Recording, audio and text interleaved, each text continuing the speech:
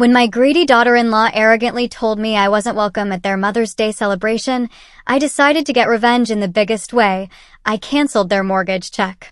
And then, as if that wasn't enough, she had the nerve to kick me out. Can you imagine being told you're not immediate family enough for Mother's Day, especially when you're the one who's been paying their mortgage for years? Well, that's exactly what happened to me, and my response? It wasn't pretty. It set off a chain reaction that threatened to tear my family apart, but ultimately, it changed everything. It was a Wednesday afternoon, just 3 days before Mother's Day, and I was in my kitchen, happily arranging flowers from my garden. My phone chimed, a message from Fiona. That familiar, uncomfortable knot tightened in my stomach. It always did when my daughter-in-law reached out. The text was blunt. Barbara, Thomas, and I have decided to keep Mother's Day intimate this year. Just immediate family. Hope you understand. I read it once, twice, a third time, my fingers actually trembling.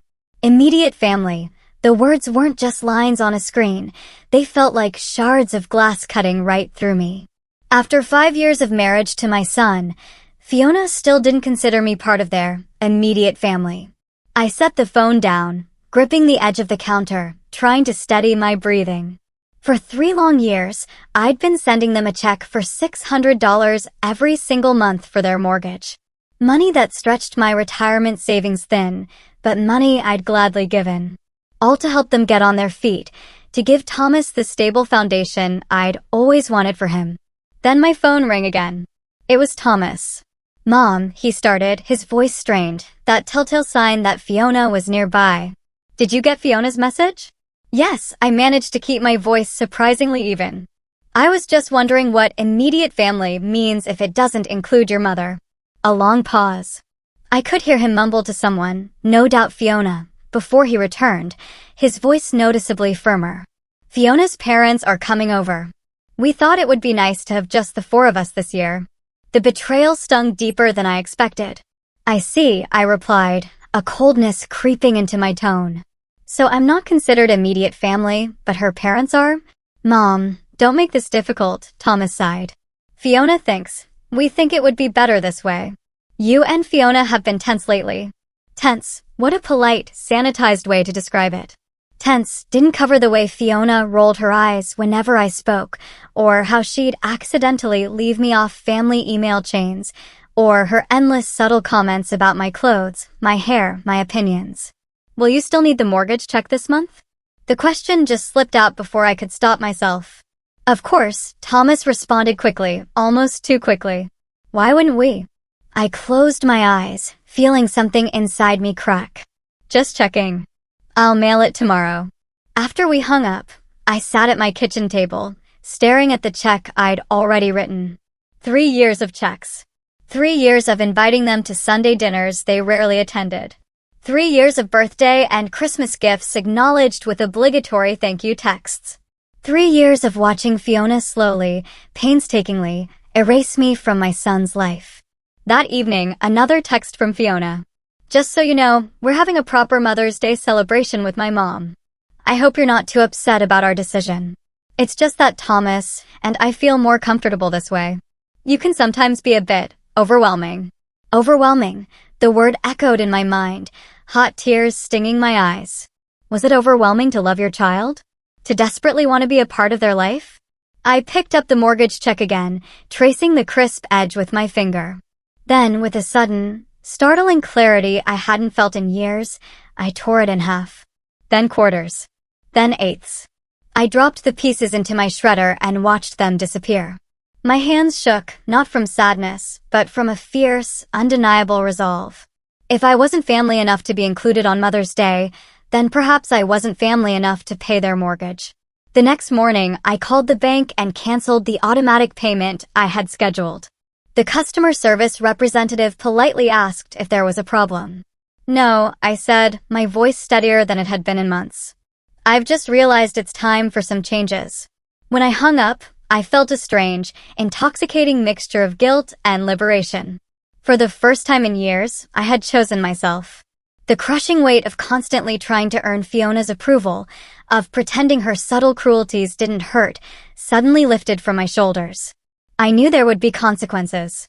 Thomas would be furious. Fiona would have another reason to paint me as the difficult mother-in-law. But as I looked at the empty space where that check had been, I realized I simply couldn't continue financing my own exclusion anymore. 3 days later, on Mother's Day, I turned off my phone. I spent the day planting new flowers in my garden, nurturing them. With each seed I tucked into the soil, I made a silent promise to myself. No more shrinking. No more apologizing for existing. No more financing people who clearly didn't value me.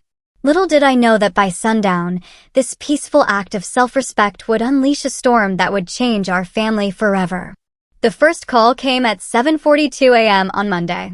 I was enjoying my morning coffee on the porch when Thomas's name flashed across my screen. I let it ring. 10 minutes later, he called again. By the third call, I knew there was no avoiding the inevitable confrontation. "Hello, Thomas," I answered, trying to keep my voice neutral, even serene. "Mom, what the hell?" His voice was strained, anger barely contained. "The bank called. They said the mortgage payment bounced. Did you cancel your check?" I took a slow sip of my coffee before responding. "Yes, I did." "What? Why would you?" He stopped abruptly, and I heard muffled voices, Fiona in the background, no doubt. When he returned, his tone had hardened. "Is this because of Mother's Day? Are you seriously that petty?" The accusation stung, but I held firm. "This isn't about pettiness, Thomas. This is about respect. For 3 years, I've helped you with your mortgage. I've given you over $50,000 while Fiona has systematically pushed me out of your life. That's not fair," he shot back. "Fiona hasn't, Thomas," I interrupted, surprising even myself with my firmness. "Your wife told me I wasn't welcome on Mother's Day because I'm overwhelming. She invited her parents instead. If I'm not family enough to celebrate Mother's Day with you, then perhaps I'm not family enough to pay your mortgage." Silence hung between us for a moment, thick and heavy. Then he spoke again, his voice lower. "This is really disappointing, Mom. I never thought you'd use money to manipulate us." His words hit me like a physical blow. "Manipulate? Is that what you think I've been doing all these years, supporting you?" "Fiona thinks. I don't care what Fiona thinks anymore," I said, the words tumbling out before I could stop them. "I care what you think, Thomas. What do you think about excluding your mother from Mother's Day?" Another pause. "I think you're overreacting. It was just one day." "It's not just one day," I said, my voice breaking slightly. "It's a pattern, and I'm done financing my own exclusion." I ended the call before he could respond, my hands trembling as I sat down the phone. The peaceful morning I'd planned was shattered, but I didn't regret my decision. By noon, the text messages started. *Fiona. Real mature, Barbara. Using money as a weapon just proves why we wanted space from you. Thomas. Mom, please call me back. We need to fix this. Fiona. Thomas is devastated by your behavior. Is this really the kind of mother you want to be? I didn't respond to any of them. Instead, I busied myself with gardening, trying to lose myself in the rhythm of digging and planting, but the peace I sought eluded me. Around 3 p.m., my doorbell rang. I peered through the peephole to see Thomas and Fiona standing on my porch, both looking absolutely thunderous. Taking a deep breath, I opened the door. "We need to talk," Thomas said, brushing past me without waiting for an invitation. Fiona followed, her eyes scanning my living room with thinly veiled disdain. "Yes, we do," I agreed, closing the door and turning to face them. "Would you like some tea?" "We don't want tea," Fiona snapped. "We want an explanation, and for you to fix this mess you've created."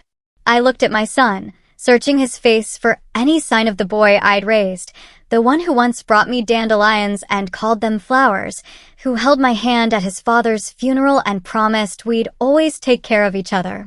All I saw was a man who couldn't meet my eyes. "I've already explained," I said calmly. "I won't continue to financially support people who don't respect me.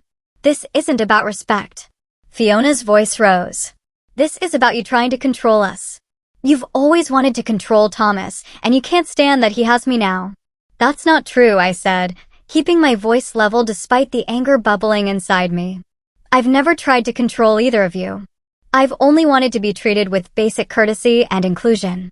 You call barging into our lives and criticizing everything I do basic courtesy? Fiona shot back. I blinked, genuinely confused. When have I ever criticized you, Fiona? You do it all the time. The way you look at our house, how you ask about our finances, your comments about my cooking. I've never said a negative word about your cooking. I protested. You don't have to say it. It's your expression, the way you pick at your food. I turned to Thomas, desperate for him to see reason. Thomas, you know that's not true. He shifted uncomfortably. Mom, you can be critical sometimes. Maybe not directly, but... His words trailed off, and I felt a chill settle over me. This was what Fiona had done. Twisted my actions, reframed my words until even my own sons saw me as the villain in their story. I think you should both leave, I said quietly. Not until you agree to reinstate the mortgage payment. Fiona demanded. Look at her. Really look at her. And suddenly, I saw everything clearly. The subtle manipulation, the way she'd positioned herself between Thomas and me, the calculated effort to isolate him from his family. No, I said.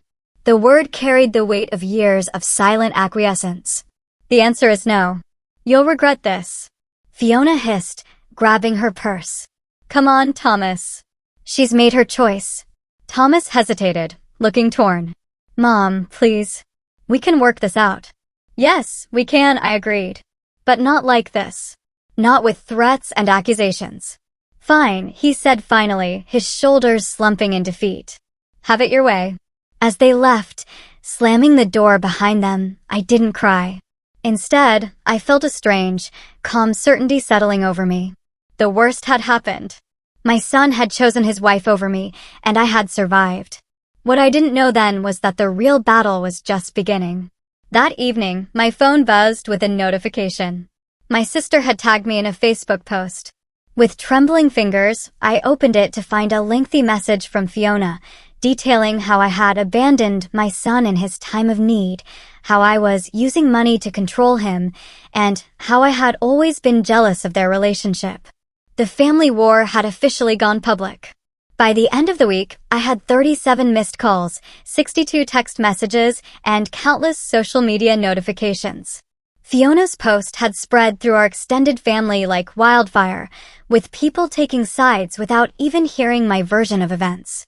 I turned off my notifications, unable to bear the constant judgment. My sister, Janet, was the only one who called to hear my side. This doesn't sound like you, Barb, she'd said. What really happened? After I explained, she sighed deeply. I always thought there was something off about Fiona. Too perfect, too polished.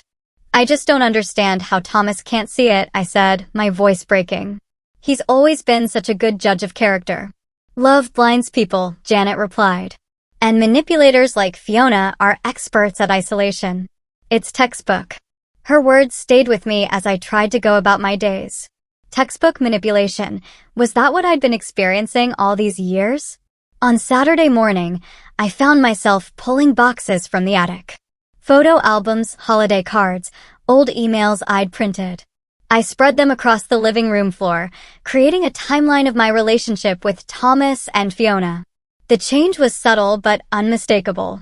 In the first year after they started dating, Thomas called me several times a week. We had Sunday dinners regularly. He brought Fiona to family gatherings, and though she was never warm with me, she was polite. Then came their engagement. The calls became less frequent.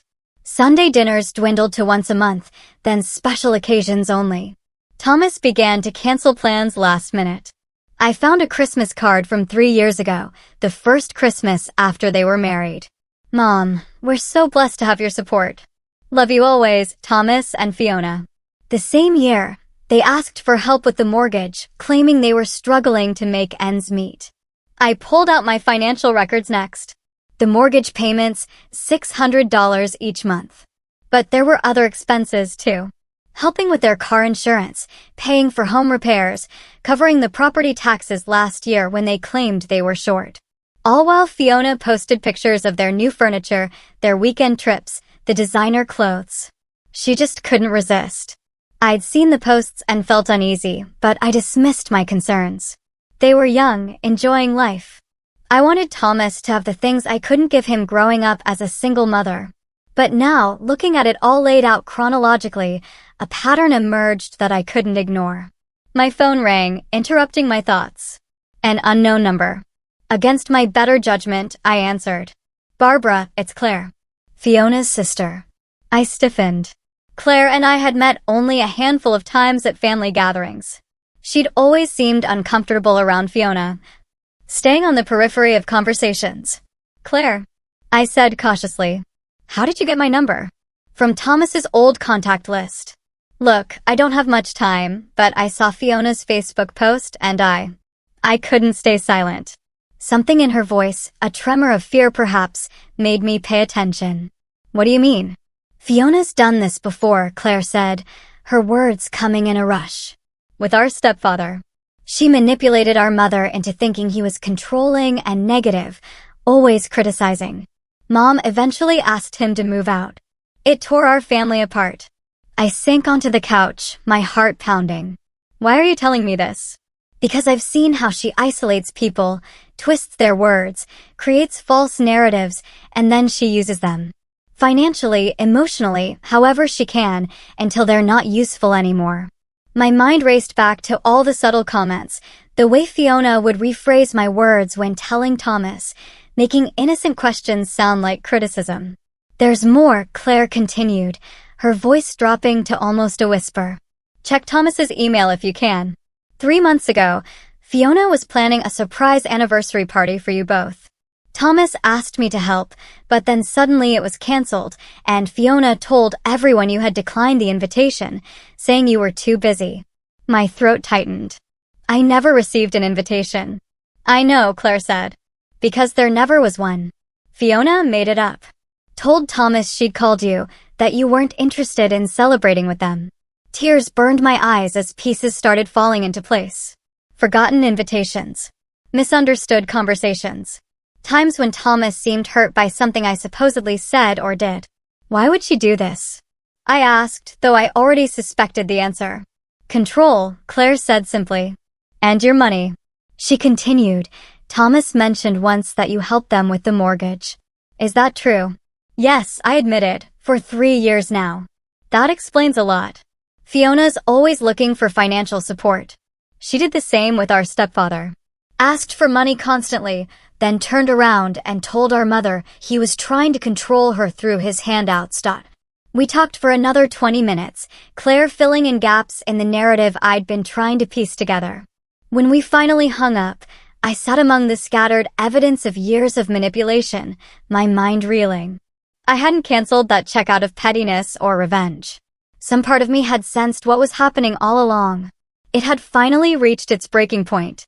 My phone buzzed with a text from Thomas. "Mom, we need to talk. Just you and me, please." I stared at the message, feeling both hope and dread. Was he finally seeing the truth? Or was this another trap orchestrated by Fiona? Either way, I knew I couldn't ignore it. This was my son, the little boy I'd raised alone, the young man who'd once looked at me with nothing but love and respect in his eyes. "Tomorrow," I typed back. "My house. 2 p.m. As I sent the message, I began gathering the evidence spread across my floor. Tomorrow, Thomas would hear the truth, whether he was ready for it or not. At exactly 2:03 p.m., Thomas's car pulled into my driveway. I watched from the window as he sat there for a moment, his forehead resting against the steering wheel. When he finally emerged, his shoulders were hunched, his movements hesitant, so unlike the confident young man I'd raised. I opened the door before he could knock. "Come in," I said, stepping aside. Thomas paused at the threshold, eyes scanning the living room where I'd arranged the evidence of Fiona's manipulation, photos, financial records, text messages printed out and organized chronologically. "What is all this?" he asked, his voice barely above a whisper. "The truth," I replied. "Please sit down." He lowered himself onto the couch, looking lost in the home where he'd grown up. I noticed the dark circles under his eyes, the rumpled shirt, signs that he wasn't sleeping well. "Would you like some coffee?" I offered, falling back on hospitality to ease the tension. He shook his head. "Mom, I need to understand why you canceled the mortgage payment. We're struggling." The bank is threatening. Are you really struggling, Thomas? I interrupted, my voice gentle but firm. I handed him a folder containing their social media posts from the last 3 months. Because according to Fiona's Instagram, you just took a weekend trip to Napa. You bought new living room furniture. Fiona has 3 new designer handbags. He flipped through the printouts, his brow furrowing. Those were special occasions. The trip was a work thing. The furniture was on sale, and I handed him my financial records. 3 years of mortgage payments, home repairs, property taxes, car insurance, all while you two were supposedly struggling. Thomas set the papers down, running a hand through his hair. It's not what you think. We had a plan to pay you back eventually. This isn't about paying me back, I said, feeling a lump form in my throat. It's about respect, Thomas. It's about being treated like family, not an ATM machine. His eyes flashed with anger. That's not fair. We've always appreciated you. I asked quietly. Because from where I'm sitting, appreciation looks a lot different than being excluded from Mother's Day while my money is still welcome. He fell silent, unable to meet my eyes. Thomas, I continued, my voice softening. I received a call from Claire yesterday. His head snapped up, surprise evident on his face. Fiona's sister? Why would she call you? Because she's seen this pattern before. With their stepfather. I recounted my conversation with Claire, watching as Thomas's expression shifted from disbelief to confusion to dawning realization. When I told him about the anniversary party that never existed, he paled visibly. That can't be right, he muttered. Fiona told me she called you. She said you were too busy, that you had a spa day planned with Janet. I never received that call, Thomas, and I haven't been to a spa in years. He stood abruptly, pacing the living room, stopping occasionally to examine a piece of evidence, the timeline of canceled plans, the record of financial support, the text messages between Fiona and her friends where she referred to me as the cash cow. I don't understand, he said finally, his voice breaking. Why would she do this? People who manipulate others do it for control, I explained gently. And sometimes for financial gain. Thomas sank back onto the couch, burying his face in his hands. I've been such a fool. My heart ached for him. Despite everything, he was still my son. And seeing him in pain was almost unbearable. I sat beside him, placing a tentative hand on his shoulder. You're not a fool, Thomas. Manipulative people are incredibly skilled at what they do. They isolate their targets, rewrite narratives, create division. It's not your fault. He looked up, his eyes red-rimmed. But I believed her over my own mother. How can you ever forgive me for that? I squeezed his shoulder. There's nothing to forgive. You loved her. You trusted her. That's what good people do. We sat in silence for several minutes, the weight of revelation hanging heavy between us. Finally, Thomas spoke again, his voice steadier. What happens now? It was the question I'd been asking myself all night. What had happened now? Could our relationship be repaired? Could Thomas see his way out of Fiona's manipulation? That depends on you, I said carefully. I can't tell you what to do about your marriage. That's your decision. But I can tell you that I'm setting boundaries from now on. I won't be financing your lifestyle anymore. Not because I don't love you, but because it's not healthy for either of us. He nodded slowly. I understand. And I wouldn't ask that of you again. He paused, swallowing hard. I need to talk to Fiona. Confront her with what I know. A flash of fear went through me. Be careful, Thomas. When manipulators are exposed, they often become volatile. What choice do I have? He asked, his eyes meeting mine. I can't continue living a lie. Before I could respond, his phone buzzed with a text. He glanced at it, his expression hardening. It's Fiona. She's been tracking my location through my phone. She wants to know why I'm here. What will you tell her? Thomas stood, a new resolve in his posture. The truth. That I'm talking to my mother, that I've seen the evidence of her manipulation, that things are going to change. His phone buzzed again, more insistently, this time, then again and again. She's calling now, he said, showing me the screen. I should take this outside. I nodded, watching as he stepped onto the porch, closing the door behind him. Through the window, I could see his back straighten as he answered. Could see his free hand gesturing emphatically as he spoke. After a few minutes, he ended the call and stood motionless, staring out at the street. When he came back inside, his face was pale but determined. "She's coming over," he said. "She says there's been a misunderstanding, that she can explain everything." My stomach twisted with anxiety. "Do you want me to be here for that conversation?" Thomas took a deep breath, then nodded. "Yes.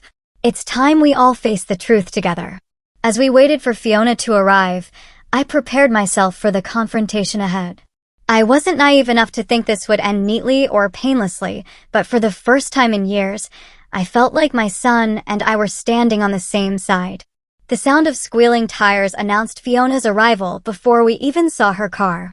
Fiona burst through my front door without knocking, her perfectly styled hair slightly disheveled, her eyes wild with anger.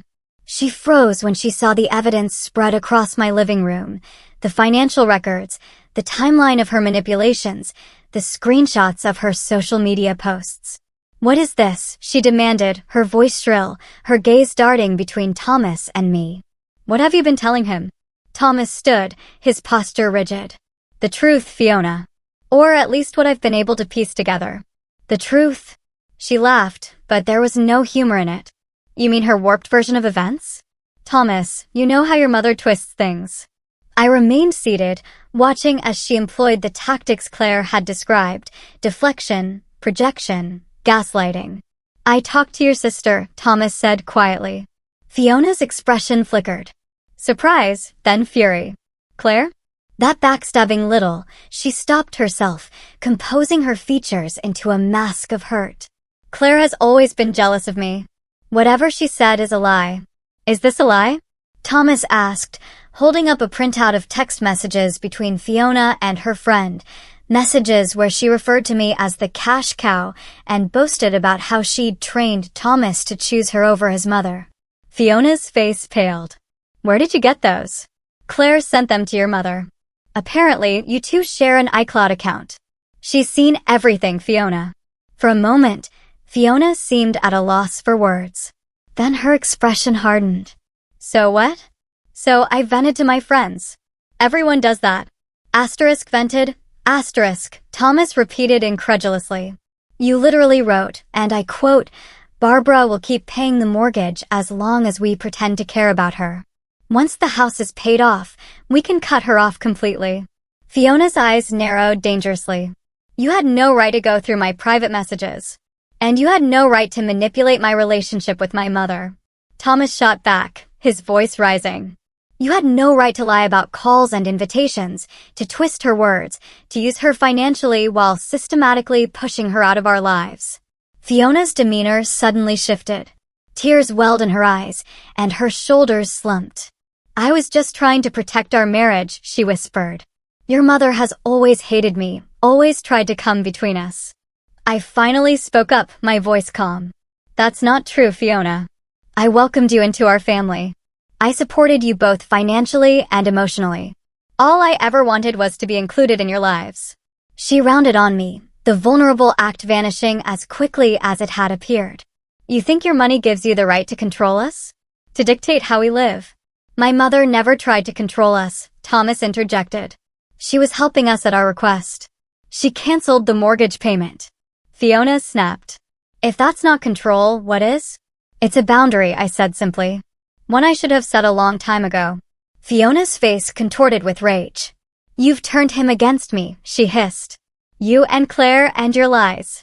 "No one needed to turn me against you," Thomas said wearily. "You did that yourself. With every manipulation, every lie, every time you tried to erase my mother from our lives while still taking her money." Fiona's gaze darted around the room like a cornered animal looking for escape. "This is ridiculous. I'm leaving." She turned to Thomas. "Are you coming?" The question hung in the air between them, a simple query that carried the weight of their entire marriage. Thomas took a deep breath. "No, Fiona, I'm not." The three words seemed to echo in the sudden silence. Fiona's eyes widened in disbelief. "You're choosing her over me? After everything we've built together?" "I'm choosing the truth," Thomas replied, his voice steady for the first time since arriving. "And the truth is, our marriage was built on lies. Your lies. Fiona took a step back, as if physically struck by his words. Then her expression hardened into something cold and calculating. "Fine," she spat. "Stay with Mommy. But don't think this is over." She pointed a manicured finger at me. "And you? You'll regret this." With that, she stormed out, slamming the door so hard that the windows rattled. The sound of her car starting and speeding away broke the heavy silence she left behind. Thomas collapsed onto the couch, burying his face in his hands. "I can't believe I didn't see it," he murmured. "All this time, right in front of me." I sat beside him, placing a gentle hand on his back. "Don't blame yourself. She's very good at what she does." He looked up, his eyes red-rimmed. "What happens now?" It was a complicated question with no easy answer. "That's up to you," I said carefully. "But whatever you decide, I want you to know that I'm here for you. Even after everything? After I believed her over you, after I let her push you away. You're my son," I said simply. "That hasn't changed." The next few weeks were a blur of legal consultations, painful conversations, and difficult decisions. Thomas moved into my spare bedroom temporarily while he figured out his next steps. Fiona refused to leave their house, claiming he had abandoned her. She alternated between tearful pleas for reconciliation and vicious attacks on his character. 2 days after the confrontation, I received a certified letter from an attorney threatening to sue me for intentional infliction of emotional distress and interference with contractual relations. I forwarded it to my own lawyer without comment. A week later, Thomas filed for separation. The day after that, Fiona emptied their joint bank account. Through it all, I watched my son struggle to come to terms with the deception that had defined his marriage. Some days he was angry at Fiona, at himself, occasionally even at me for not being more forceful in my concerns about her. Other days he was consumed by doubt, questioning whether he was making the right decision. "Maybe I should try to work it out," he said one evening as we sat on the porch. "Marriage is supposed to be forever, right?" "Marriage should be based on trust and mutual respect," I replied. "Only you can decide if those things can be rebuilt." He was quiet for a long time after that. The next morning, he called a divorce attorney. The most painful moment came when Fiona began spreading rumors among their mutual friends. According to her, Thomas had cheated on her, I had orchestrated their breakup out of jealousy, and we had conspired to leave her destitute. Some believed her. Thomas lost friends he'd had since college. People crossed the street to avoid him in the grocery store. The church they'd attended together asked him to find another congregation until this situation was resolved. "I never knew she could be so vindictive," Thomas said, stunned by the backlash. "When manipulative people lose control, they often lash out," I explained. "They need to rewrite the narrative to make themselves the victim." As painful as it was to watch my son weather these storms, I saw him growing stronger each day, more certain of his decision, more aware of the manipulation tactics that had once blinded him. 1 month after filing for separation, Thomas received a text from Claire, "Stay strong. The truth always comes out eventually." 2 days later, we discovered what she meant. 1 year later, I stood in my garden, pruning roses as the morning sun warmed my shoulders. The past 12 months had been a journey, painful at times, liberating at others, but ultimately healing. The sound of a car pulling into my driveway made me look up. Thomas emerged, carrying a small gift bag and wearing a smile that reached his eyes, something I hadn't seen in years. "Happy Mother's Day," he said, embracing me tightly. "You remembered?" I replied, feeling a lump form in my throat. How could I forget? "I made reservations at Giovanni's for noon. I hope that works for you." I nodded, unable to speak past the emotion welling inside me. After everything we'd been through, these simple gestures, a hug, a dinner reservation, his presence, meant more than he could possibly know. We sat on the porch swing, a tradition from his childhood when we'd share popsicles and stories on warm days. "I have news," Thomas said, a hint of nervous excitement in his voice. "The divorce is final." I squeezed his hand. "How do you feel?" He considered the question carefully. "Relieved. Sad that it came to this, but mostly free." The divorce had been messy, as they often are. Fiona had fought every step of the way, demanding the house, alimony, even my continued financial support as part of the settlement. Her claims had been so outrageous that eventually her own attorney had advised her to be more reasonable. The turning point had come 3 months after Thomas filed for separation. Fiona's friend, Melissa, troubled by the vicious lies being spread about Thomas and me, had come forward with screenshots of conversations, revealing Fiona's calculated plan to use us financially while systematically isolating Thomas from his family. She said she targeted you specifically, Melissa had explained, because she knew you'd help them financially, and she thought you'd be easy to manipulate because you'd do anything for Thomas. With that evidence, the divorce proceedings had shifted dramatically in Thomas's favor. The house was sold, the proceeds split equitably, and Fiona's demands for ongoing support were dismissed. I have another piece of news, Thomas continued, pulling me from my memories. I've put an offer on a house. It's small, just a 2-bedroom, but it's mine. Well, mine and the bank's, he added with a self-deprecating laugh. That's wonderful, I said, genuinely happy for him. Where is it? About 15 minutes from here. Close enough for regular visits, but far enough for us both to have our independence. I nodded, appreciating the thoughtfulness behind his decision. Over the past year, we'd both worked hard to rebuild our relationship on healthier foundations. I'd set clear boundaries about financial support, and he'd respected them, working extra hours to save for his down payment instead of asking for my help. There's something I want you to know, Thomas said, his expression growing serious.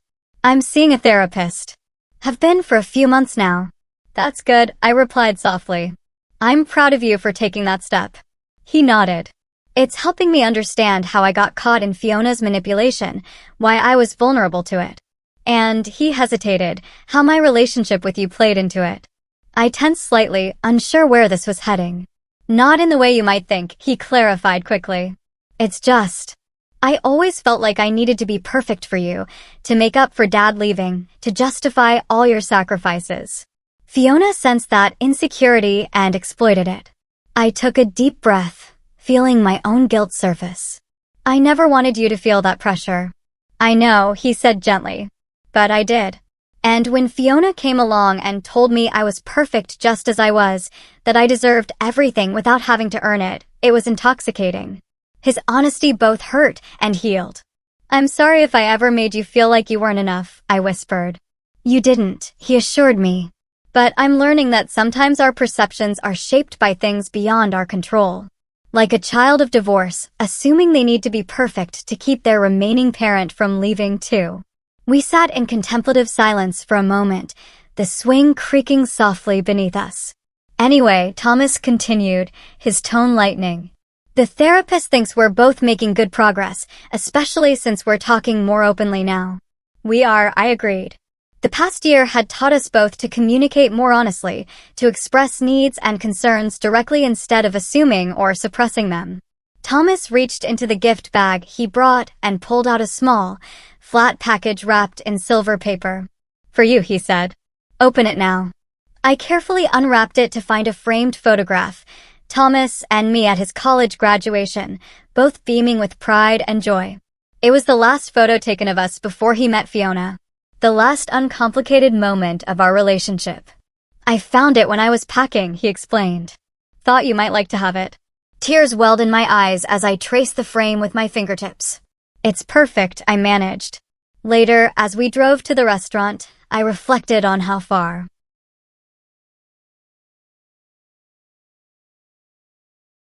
we'd come.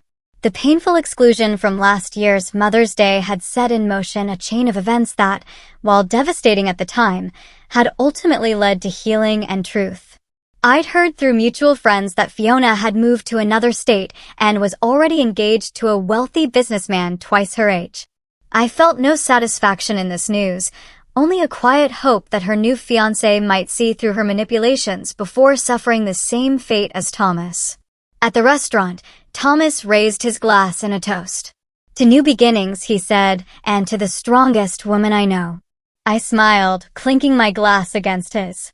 To truth, I added, and to learning our own worth. As we enjoyed our meal, sharing stories and plans for the future, I realized that what I'd initially seen as an ending, that moment when I tore up the mortgage check and set a boundary, had actually been a beginning. The beginning of reclaiming my voice, my financial independence, and most importantly, my relationship with my son. We both learned valuable lessons. Thomas about recognizing manipulation and valuing genuine relationships, me about setting healthy boundaries and understanding that true love doesn't require financial sacrifice or silent suffering. The check that I'd canceled a year ago had seemed at the time like a small act of rebellion. In retrospect, it was an act of self-respect that had rippled outward, eventually touching and transforming both our lives. On the drive home, Thomas asked, "Do you ever regret it?" Canceling that check. I thought about it for a moment, then shook my head. No. It was one of the hardest things I've ever done, but also one of the most necessary. He nodded thoughtfully. I think it saved us both. As the sun set behind us, painting the sky in shades of pink and gold, I felt a deep sense of peace settle over me. We were no longer just mother and son, bound by obligation and history, but two adults choosing to be in each other's lives, respecting each other's boundaries, and valuing each other's worth. I had been silenced, but never defeated.